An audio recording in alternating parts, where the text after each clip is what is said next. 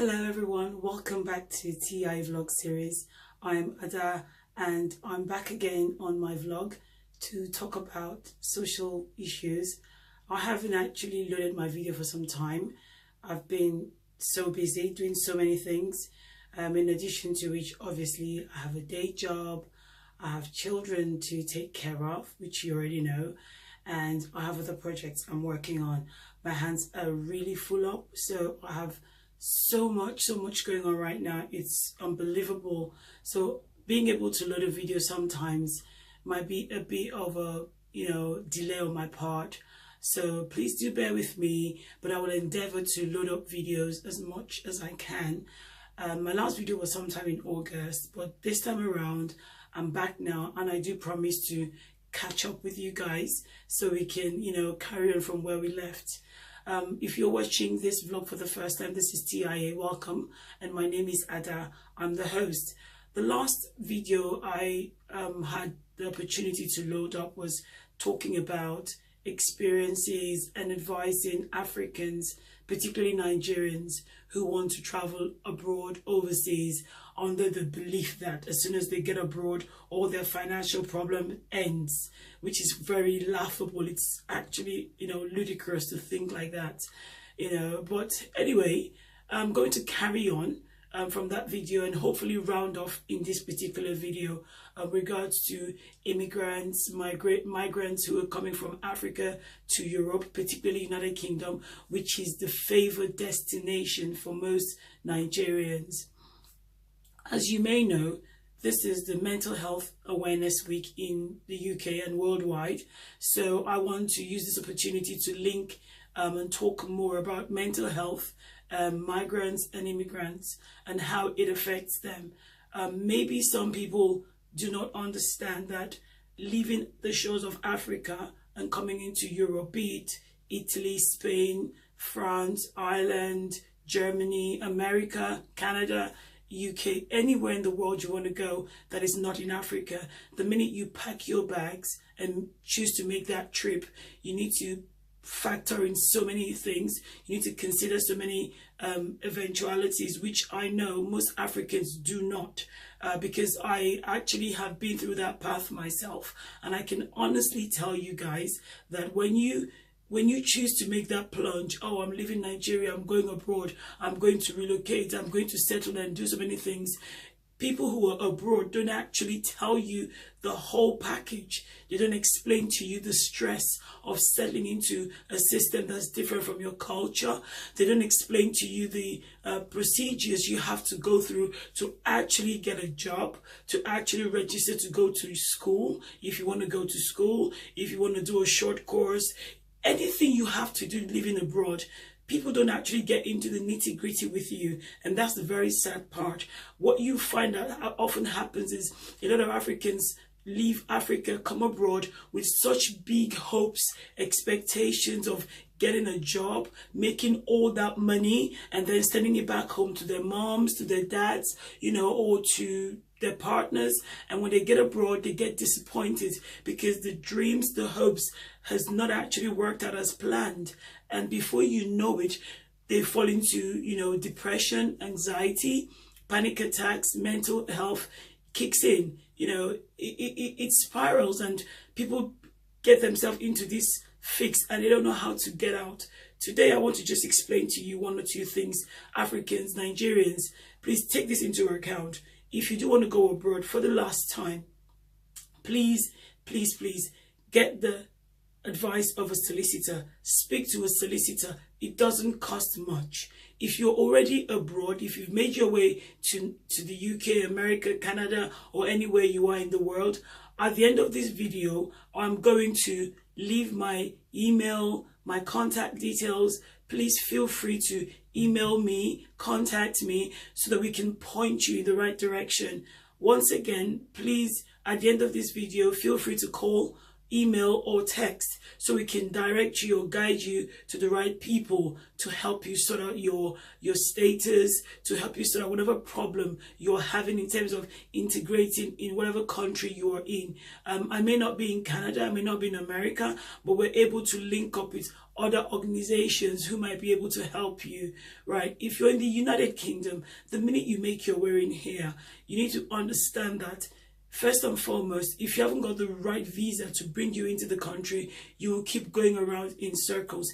There's so many visas you can obtain to come into the United Kingdom. Depending on the sort of visa you have will determine how long you can stay. And when you do renew, if you have to renew, it will also determine what path to residency that you can acquire, right? So please check your visa. If you're on a visiting visa, you can't do much with a visiting visa. And if you do want to switch your category from a visiting visa to something else to allow you stay in the country, please go and see a solicitor. I think their fees are about £50, £70, or maybe £100, maximum between £100 or £200. I'm not definite, but you have different solicitors and they can help you, advise you, and they can tell you the best routes for you if you want to settle overseas. Now, for those of you who are already overseas, who are living in the United Kingdom, and you haven't got the right documentation and you're stuck in the system, you're working on the ground, you're like a ghost worker, and you have children, you have family, you need to please contact us or send an email or find a way to reach me. Most importantly, I want you to know that we have everyday stress that we live. We all go through everyday stress. 2/3 of us in our lives will go through stress from all sorts of situations, stress from you lose your job, you lose your home, so many kind of situations amount that can bring out stress in us. So while we're trying to manage that, it doesn't help that you're now in a country that you're not familiar with, and then you have the stress of trying to integrate in the society where you find yourself. Oftentimes you find Nigerians who are suffering from anxiety, panic attacks, depression. These are things that when they left Africa, they didn't have any of these ailments, they didn't have any of these illnesses, but on coming abroad or coming to the United Kingdom or wherever they are, they find themselves struggling emotionally and mentally. And as Africans, there's always a stigma attached to mental health. People look at you funny, people treat you funny, people think you're cuckoo. That's the honest truth. People look at, if you say you have a mental health problem or issue, quietly in their hearts or minds, they're already looking at you like, oh, she's mad. She's a mad person, or he's a mad person, or he's a loony. People have such, preconceived notions about people with mental health amongst the African community, and it's a very wrong approach. Mental health can happen to anybody. Nobody was born with mental health. External factors mostly contribute to mental health illnesses. So many things. It could be mental health could arise because you've been through a traumatic event. It could be a death in your family. It could be a divorce. Even the loss of your job can lead to mental health. Something as little as that. Even financial hardship, not having money to feed yourself, not knowing how to pay your rent, pay your bills, or even feed your children, or even pay for your child's school trip. Something as little as that could actually lead you to mental health. But most importantly, migrants who are in the United Kingdom, a lot of their mental health stress or illness is due to the fact that they're either waiting for the Home Office to make a decision on an application that is pending, or they've been refused and they don't know what to do, or they're trying to gather money to pay a solicitor for this application to allow them stay in the country legally. All of this are along immigration issues, and it's one of the greatest factors amongst Nigerians, amongst Africans, that actually leads to mental health. I am speaking on this issue because I know that there are many Nigerians in the United Kingdom that are sufferers of mental health, and some of these sufferers usually arises from immigration issues. I know for a fact because personally I've been through that path. you know, from waiting for the home office to process your application because you want to settle in the country, or you've made an application and it's been refused, and then you have to find some more money to pay the solicitors or the lawyers to appeal. I know that that's also going to bring its own burden on you. And then if you have children, or you have a partner, a wife, or a husband, and he or she hasn't got documents either, that's another extra burden on you as a person, right? Mental health occurs on so many levels. You know, I don't want us to just assume that you can be born with it, or maybe you have mental health running in your family, then that means you definitely would have it. Not necessarily. I want us to look at it more broadly. I know that immigration is one factor, and if you look on the website, the Home Office www.gov.uk website, it tells you, it shows you the link between mental health and migration, mental health and immigration. Yes, immigrants are usually at an increased, you know, proportion. They're usually vulnerable. You know, they have an increased rate of suffering from mental health, not just because they haven't got the right documents to be in the country. The mere fact that you're leaving Africa and you're coming to Europe, it's a totally different scenery. It's a completely different culture. It's a completely different environment. There's so many things that you have to put up with that if you're in Africa, or when you're in Africa, you do not necessarily have to go through all of that. For example, you have different kind of weather, the cold, the heat. You're coming from an extreme weather condition. The people, the culture of the people is totally different from what you have in Africa. You can somehow say the people can be a bit cold, a bit conservative, a bit into themselves. All of that differs from what you faced in Africa. And then when you do meet your fellow Africans as well, sometimes a lot of them have been through very terrible experiences, and so that has marred their behavior. So they start to behave to you, who has just come from Africa, differently, and you begin to wonder to yourself, I know this person, he's my cousin, he's my brother, he's my sister, whatever. He or she may have been through a lot as well that has actually changed their behavior. So I want people who are back in Africa, back in Nigeria, who are deciding to come abroad. I need you guys to take a moment. Please take a moment, make the necessary inquiries. Find out what you're going to do when you get abroad. Find out who your backup is, your family, your friends, and not just finding out. Have a very comprehensive and detailed discussion with them. Endeavor to ask them. Don't deceive them. Don't say to them you're coming to spend 2 weeks, and then you get abroad, you stay for 3 months or 6 months, and then they chuck you out of their flat or their homes because you said to them, oh, I want to put up with you for 2 days or 3 days or 3 weeks, and then you're going into months. Speak to them properly. Talk straight. Just tell them what you want to do. And if they're very good people, they will help you. They will advise you. And even when they don't advise you or they don't want to help you, then find somebody else. There's always one good person out there who will reach out to you, who will give you the right information. Africans, Nigerians, we're usually in the habit of giving one another the wrong information. If we're not giving the wrong information to others, we're usually hoarding information because we don't want them to know the truth about one or two things. Don't ask me why, because I haven't got a clue why people do that.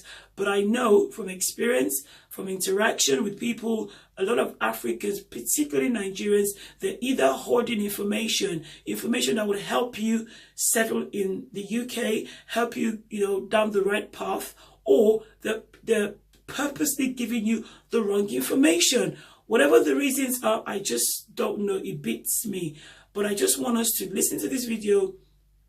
If you're watching my video and you want to come abroad or you want to travel overseas, I'm not trying to deter you. I just want to encourage you. I need you to just take a moment, get your information, get enough information, have the right contacts. If you're already living abroad in the UK and you're struggling to sort yourself in terms of your immigration, finances, or you just need guidance, feel free to contact my telephone number, TIA email address, and we can put you through to the right people, the right organizations who will support you.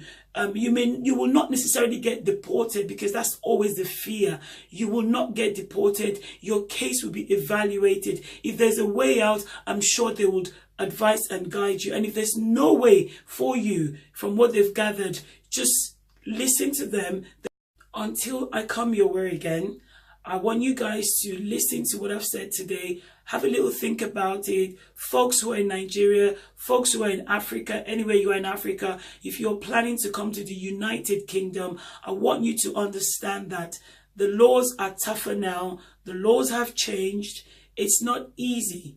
And I don't want you to come in here and be a ghost in the system and not know what to do. And people keep feeding you with the wrong information, and then you become ill because you're constantly worrying, you're thinking, you're afraid, you're looking over your shoulders. You don't know when the next police officer is going to stop you, or you don't want to see the UK border enforcement vans that go through everywhere, drive past, and then you have this heart attack or panic. Guys, I need you to just listen.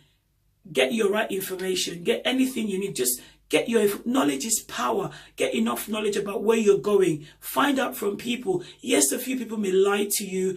A few people may not want to tell you the honest truth. But there are always some people that will tell you the truth. Open up and tell you, guy, listen, it's this way, it's that way. So I hope this video is going to help someone, and I hope this video is going to also reach the right audience, just to make sure that you're not stuck, and if you're already living abroad, you get the right help. Please feel free to contact me via my email address, which is going to be on this video, and by my phone number. Text me so we can help. And if I can't help you personally, I can point you towards the right organizations that I work with. And if you do want to improve yourself because you're already in the United Kingdom and you haven't got enough funds to pay for your school fees, or you want to do a course, contact me as well, and I can point you to services that will help you.